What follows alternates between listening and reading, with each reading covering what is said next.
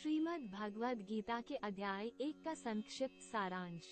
अध्याय 1 में भगवद गीता के महाकाव्य की शुरुआत होती है, जिसमें गुड़ाकेश भगवान श्री कृष्ण अर्जुन के रथ को कुरुक्षेत्र की युद्धभूमि में ले जाते हैं।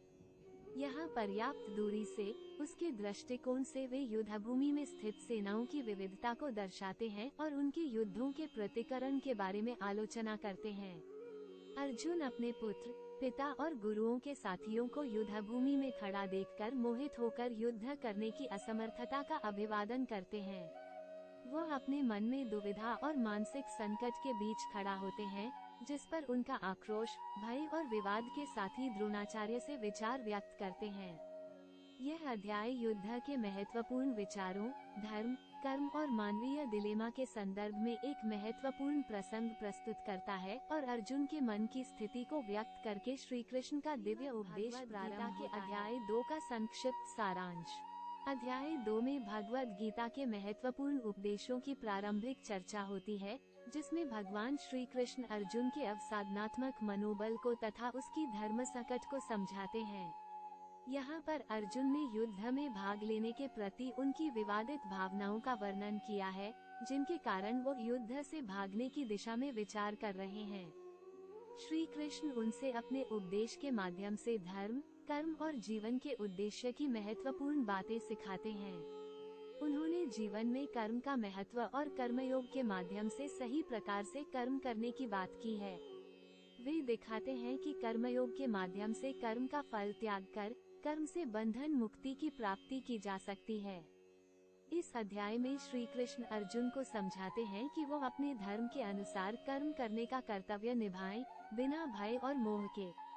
वे मनुष्य के द्वारा किए गए कर्मों के फलों की परिप्ति के बारे में भी बताते हैं और सत्व, रजस और तमस गुणों के विचार को समझाते हैं।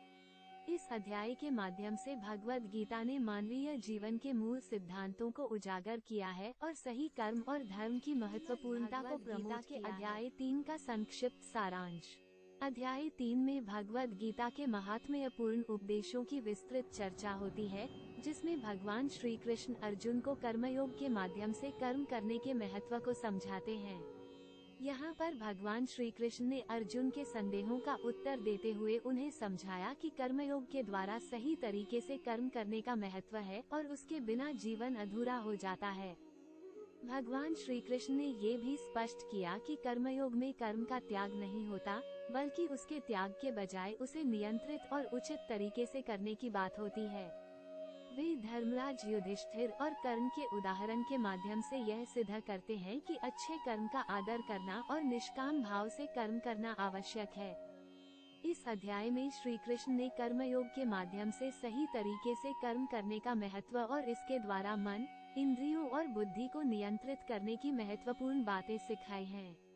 यह अध्याय मानवीय जीवन में सही कर्म के मार्ग को समझाने का एक महत्वपूर्ण गीता के अध्याय 4 का संक्षिप्त सारांश।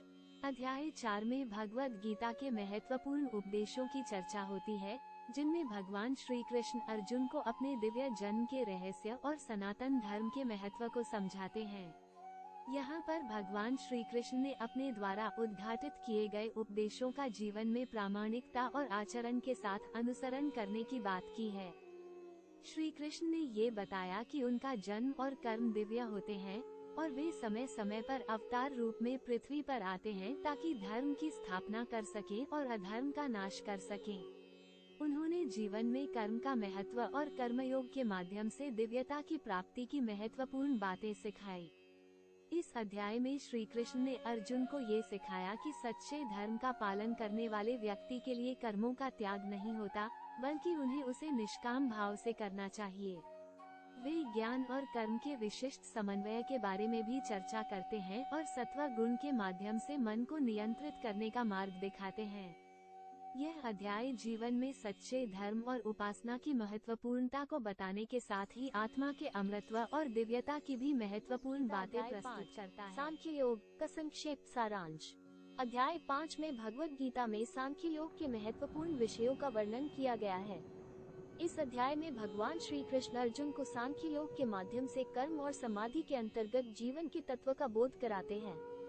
भगवान कहते हैं कि कर्म का त्याग करना सही नहीं है, वरन उसे समर्पित भाव से और वैराग्य पूर्वक करना चाहिए। सांख्य योगी जो अपने आत्मज्ञान के द्वारा कर्म का त्याग करते हैं और संयमित रहते हैं, मुक्ति को प्राप्त होते हैं। इस अध्याय में ये भी दिखाया गया है कि कर्मयोगी जीवन में सुख दुख को समानता से स्वीकारते हैं और उन्हें अपने आत्मा में स्थिरता रहती है। वे सांख्य योग के अनुसार सभी प्राणियों में दया और ममता रखते हैं और संपूर्ण ब्रह्म में समरसता प्राप्त करते हैं। भगवान श्री कृष्ण का अर्जुन को समझाने वाला यह अध्याय सांख्य योगी जीवन के महत्वपूर्ण तत्वों को समझाने वाला एक महत्वपूर्ण अध्याय है।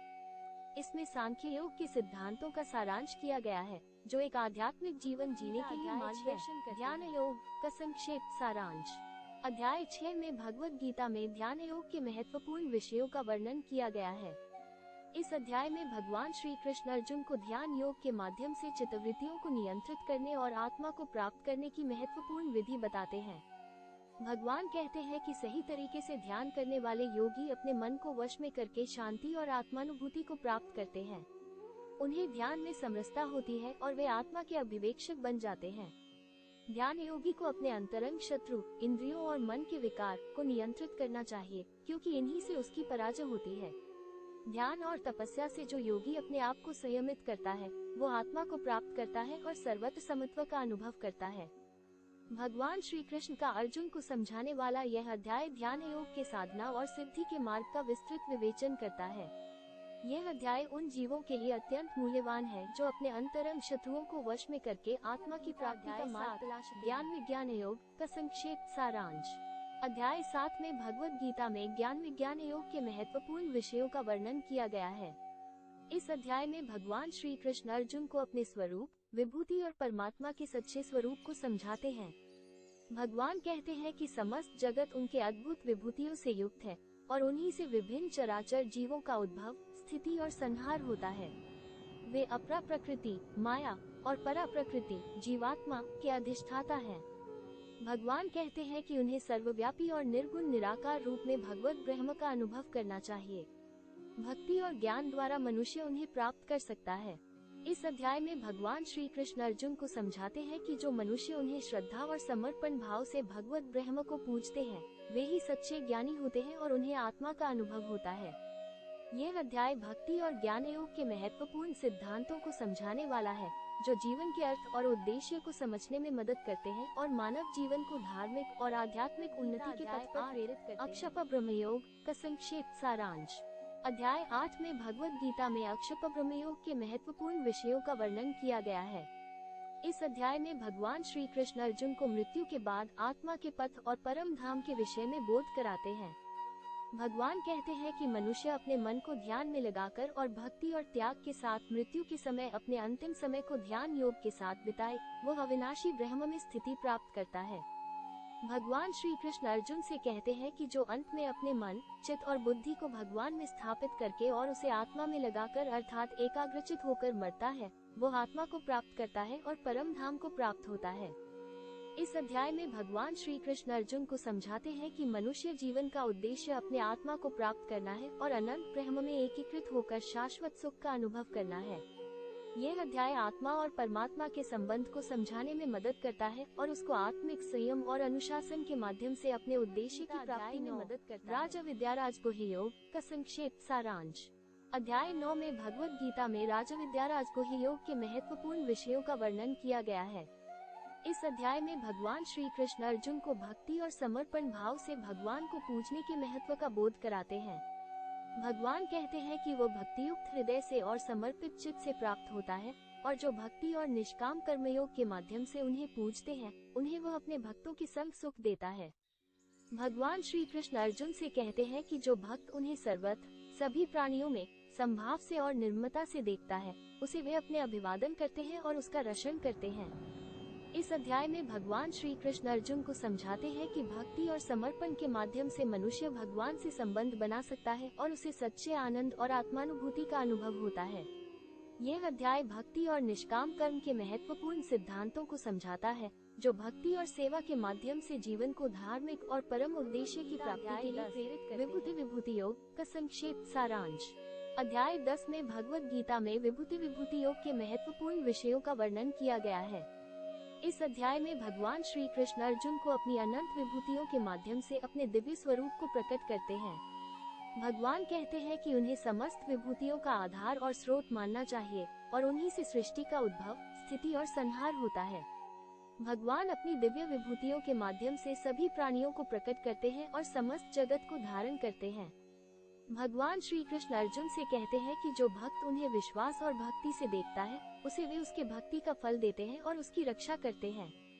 इस अध्याय में भगवान श्री कृष्ण अर्जुन को समझाते हैं कि उनकी विभूतियों में संपूर्ण विश्वास रखने वाले भक्त को वे संपूर्ण आनंद और सुख का अनुभव कराते हैं। यह अध्याय भगवान के दिव्य स्वरूप के बारे में ज्ञान और भक्ति के महत्वपूर्ण सिद्धांतों को समझाता है, जो भगवान के प्रति विश्वास और भक्ति के माध्यम से जीवन को धार्मिक और परम उद्देश्य की प्राप्ति के लिए प्रेरित करते हैं। विश्व रूप दर्शन योग का संक्षिप्त सारांश। अध्याय 11 में भगवद गीता में विश्व रूप दर्शन योग के महत्वपूर्ण विषयों का वर्णन किया गया है। इस अध्याय में भगवान श्री कृष्ण अर्जुन को अपने विराट रूप का दर्शन कराते हैं, जिससे उनके मन में भय और आश्चर्य का भाव उत्पन्न होता है। भगवान श्री कृष्ण अपने विराट रूप में समस्त जगत को समावृत करते हुए अर्जुन को दर्शाते हैं, जिसमें समस्त देवताएं, ऋषियों और महात्माएं उपस्थित होती हैं। उनके इस दिव्य रूप को देखकर अर्जुन भयभीत हो जाते हैं और उन्हें विश्वास का भाव होता है। अर्जुन के भय और आश्चर्य को देखते हुए भगवान श्री कृष्ण उन्हें विराट रूप के दर्शन का अद्भुत महत्व समझाते हैं और उन्हें अपने संपूर्ण भक्ति और निष्काम सेवा में लगाने के लिए प्रेरित करते हैं। इस अध्याय में भगवान श्री कृष्ण अर्जुन को समझाते हैं कि उनका विराट रूप समस्त विश्व में व्याप्त है और उनके भक्तों को उनकी अपार शक्ति और महिमा का अनुभव करने के लिए भक्ति और सेवा में लगना चाहिए। यह अध्याय भक्ति और विश्वरूप के महत्वपूर्ण सिद्धांतों को समझाता है, जो भगवान के प्रति विश्वास और भक्ति के माध्यम से जीवन को धार्मिक और परम उद्देश्य की प्राप्ति के लिए प्रेरित करते हैं। भक्ति योग का संक्षिप्त सारांश। अध्याय 12 में भगवद गीता में भक्ति योग के महत्वपूर्ण विषयों का वर्णन किया गया है। इस अध्याय में भगवान श्री कृष्ण अर्जुन को भक्ति योग के माध्यम से भगवान के प्रति समर्पण और निष्काम प्रेम की महत्वता को समझाते हैं। भगवान कहते हैं कि जो भक्त उन्हें सर्वत्र सभी प्राणियों में संभाव से और आत्मसमर्पण भाव से पूजता है, उसे वे अपना भक्त समझते हैं और उसका रक्षण करते हैं। भगवान श्री कृष्ण अर्जुन से कहते हैं कि भक्ति योग में स्थिरता से भगवान की उपासना करने वाले भक्त को उनकी कृपा मिलती है और उन्हें आत्मा का अनुभव होता है। इस अध्याय में भगवान श्री कृष्ण अर्जुन को समझाते हैं कि भक्ति योग में समर्पण, श्रद्धा और प्रेम के माध्यम से जीवन को भगवान के प्रति समर्पित करना चाहिए और उनकी कृपा को प्राप्त करने के लिए स्थिर भक्ति का अनुभव करना चाहिए। यह अध्याय भक्ति योग के महत्वपूर्ण सिद्धांतों को समझाता है, जो भगवान के प्रति समर्पण और प्रेम के माध्यम से जीवन को धार्मिक और परम उद्देश्य की प्राप्ति के लिए प्रेरित करते हैं। क्षेत्रज्ञ विभाग योग का संक्षिप्त सारांश। अध्याय 13 में भगवद गीता में क्षेत्रज्ञ विभाग योग के महत्वपूर्ण विषयों का वर्णन किया गया है। इस अध्याय में भगवान श्री कृष्ण अर्जुन को शरीर और आत्मा के भेद को समझाते हैं और जीवात्मा और परमात्मा के संबंध की महत्वपूर्ण बातें बताते हैं। भगवान कहते हैं कि शरीर को क्षेत्र और आत्मा को क्षेत्रज्ञ कहा जाता है। शरीर सांसारिक और परिच्छिन्न है, जबकि आत्मा अविनाशी और अखंड है। जीवात्मा का शरीर में संजीवन और संचार का भाव होता है। भगवान श्री कृष्ण अर्जुन से कहते हैं कि वो जीवात्मा के स्वरूप को अनुभव करने के लिए क्षेत्रज्ञ के ध्यान में लगे रहना चाहिए और निज स्वरूप को पहचानने का प्रयास करना चाहिए। उन्हें कहते हैं कि जो क्षेत्रज्ञ विभाग योग को समझ लेता है, वो आत्मा को प्राप्त करता है और मोक्ष को प्राप्त होता है। इस अध्याय में भगवान श्री कृष्ण अर्जुन को समझाते हैं कि शरीर और आत्मा के भेद को समझकर जीवात्मा को शरीर से अलग करके अपने निज स्वरूप को पहचानने वाले जीवन को जीने की आवश्यकता है। यह अध्याय क्षेत्रज्ञ विभाग योग के महत्वपूर्ण सिद्धांतों को समझाता है, जो जीवात्मा और परमात्मा के संबंध को समझने में मदद करते हैं। गुण विभाग योग का संक्षिप्त सारांश। अध्याय 14 में भगवद गीता में गुण विभाग योग के महत्वपूर्ण विषयों का वर्णन किया गया है। इस अध्याय में भगवान श्री कृष्ण अर्जुन को तीनों गुणों सत्व, रजस और तमस के स्वरूप और प्रभाव को समझाते हैं। भगवान कहते हैं कि सत्व गुण ज्ञान और आनंद का कारण होता है, रजस गुण कर्मों का कारण होता है और तमस गुण अज्ञान और अधमत्व का कारण होता है। भगवान श्री कृष्ण अर्जुन से कहते हैं कि जो व्यक्ति सत्व गुण में स्थित रहता है, वो ज्ञान और आनंद का आनंद अनुभव करता है। जो व्यक्ति रजस गुण में स्थित रहता है, वो आकांक्षा और क्रोध के कारण कर्मों में व्यस्त रहता है और जो व्यक्ति तमस गुण में स्थित रहता है, वो अज्ञान और असत्य का आधार बनाता है और अधमत्व का अनुभव करता है। इस अध्याय में भगवान श्री कृष्ण अर्जुन को समझाते हैं कि गुणत्रय के अनुसार व्यक्ति का स्वभाव और व्यवहार बदलता है और उन्हें सत्य और धर्म का पालन करने के लिए सत्व गुण की उच्चता को अपनाना चाहिए। यह अध्याय गुणत्रय के महत्वपूर्ण सिद्धांतों को समझाता है, जो व्यक्ति के व्यवहार और मनोवृत्ति को समझने में मदद करते हैं और सत्य और धर्म की प्राप्ति के लिए प्रेरित करते हैं। पुरुषोत्तम योग का संक्षेप सारांश। अध्याय 15 में भगवद गीता में पुरुषोत्तम योग के महत्वपूर्ण विषयों का वर्णन किया गया है। इस अध्याय में भगवान श्री कृष्ण अर्जुन को संसार चक्र और आत्म तत्व के विषय में बोध करते हैं। भगवान कहते हैं कि जैसे बड़ा पीपल का पेड़ छोटे पेड़ों को धारण करता है और संसार चक्र के चक्रव्यूह में अग्नि, सोम और नक्षत्र ज्ञान से प्रेरित होते हैं, ठीक उसी तरह परमात्मा सभी जीवात्माओं को धारण करता है और समस्त विश्व के चक्रव्यूह के नेता होते हैं। भगवान श्री कृष्ण अर्जुन से कहते हैं कि जो व्यक्ति पुरुषोत्तम योग को समझ लेता है, वो आत्म तत्व का अनुभव करता है और मोक्ष को प्राप्त होता है। इस अध्याय में भगवान श्री कृष्ण अर्जुन को समझाते हैं कि परमात्मा सभी जीवात्माओं का धारण करता है और समस्त विश्व को अपनी शक्ति से चालित करता है। यह अध्याय पुरुषोत्तम योग के महत्वपूर्ण सिद्धांतों को समझाता है, जो जीवात्मा और परमात्मा के संबंध को समझने में मदद करते हैं और मोक्ष की प्राप्ति के लिए प्रेरित करते हैं। दैवासुर संपद विभाग योग का संक्षेप सारांश। अध्याय 16 में भगवद गीता में दैवासुर संपद विभाग योग के महत्वपूर्ण विषयों का वर्णन किया गया है। इस अध्याय में भगवान श्री कृष्ण अर्जुन को दिव्य और दैवी स्वभाव तथा अदिव्य और अदैवी स्वभाव के बारे में बताते हैं। भगवान कहते हैं कि जो व्यक्ति दैवी स्वभाव को धारण करता है, वह ज्ञान, आत्मसंयम, अहिंसा, क्षमा, सत्य और भक्ति की गुणवत्ता से युक्त रहता है। उन्हें अद्वेष्टा, संपन्नता, तृष्णाहीनता और समत्व का भाव होता है। भगवान श्री कृष्ण अर्जुन से कहते हैं कि जो व्यक्ति अदैवी स्वभाव को धारण करता है, वह अहंकारी, द्वेषी, लोभी, अशुभ चिंतक और अधर्मी होता है। उन्हें दुष्ट, असत्याचारी और विधर्मी गुणवत्ता से युक्त रहता है। भगवद गीता के इस अध्याय में भगवान श्री कृष्ण अर्जुन को समझाते हैं कि दैवी स्वभाव वाले लोगों को भक्ति, आदर्शता और धर्म का पालन करना चाहिए, जबकि अदैवी स्वभाव वाले लोगों को अहंकार, द्वेष और अधर्म की प्रवृत्ति को त्याग कर सात्विक स्वभाव को विकसित करने का प्रयास करना चाहिए। यह अध्याय दैवासुर संपद विभाग योग के महत्वपूर्ण सिद्धांतों को समझाता है, जो व्यक्ति के चरित्र और व्यवहार को समझने में मदद करते हैं और शुभ और धार्मिक जीवन की प्राप्ति के लिए प्रेरित करते हैं। श्रद्धात्रय विभाग योग का संक्षेप सारांश। अध्याय 17 में भगवद गीता में श्रद्धात्रय विभाग योग के महत्वपूर्ण विषयों का वर्णन किया गया है। इस अध्याय में भगवान श्री कृष्ण अर्जुन को श्रद्धा के 3 भेदों, सात्विक, राजसिक और तामसिक श्रद्धा के विषय में बोध करते हैं। भगवान कहते हैं कि सात्विक श्रद्धा वह है जो धर्मयुक्त, ज्ञानयुक्त और निष्काम होती है।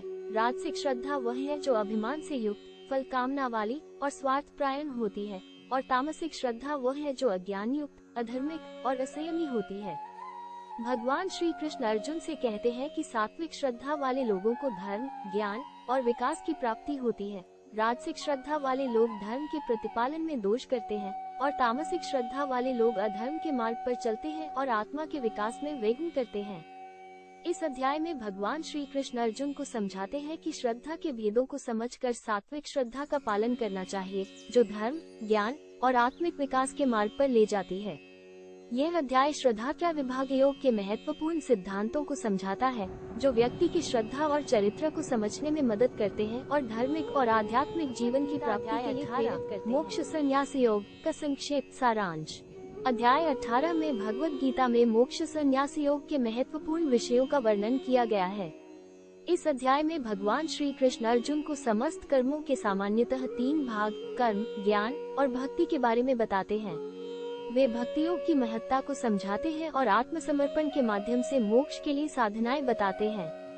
भगवान कहते हैं कि जो व्यक्ति समस्त कर्मों को भगवान के लिए समर्पित करता है और उनके आदेशानुसार निष्काम भाव से कर्म करता है, वह भक्ति योग के माध्यम से मोक्ष को प्राप्त करता है। भगवान श्री कृष्ण अर्जुन से कहते हैं कि वो व्यक्ति जो ज्ञान और विवेक से सभी कर्मों को करता है और संपूर्ण भगवत भाव से जीवन जीता है, वो ज्ञान योग के माध्यम से मोक्ष को प्राप्त करता है। इस अध्याय में भगवान श्री कृष्ण अर्जुन को समझाते हैं कि मोक्ष के लिए भक्ति, ज्ञान और कर्म तीनों के साथ साथ आवश्यक हैं। भक्ति योग, ज्ञान योग और कर्म योग को संयुक्त रूप से अपनाने से व्यक्ति को मोक्ष की प्राप्ति होती है। यह अध्याय मोक्ष संन्यास योग के महत्वपूर्ण सिद्धांतों को समझाता है, जो व्यक्ति को आध्यात्मिक उन्नति और मोक्ष के मार्ग पर प्रेरित करते हैं।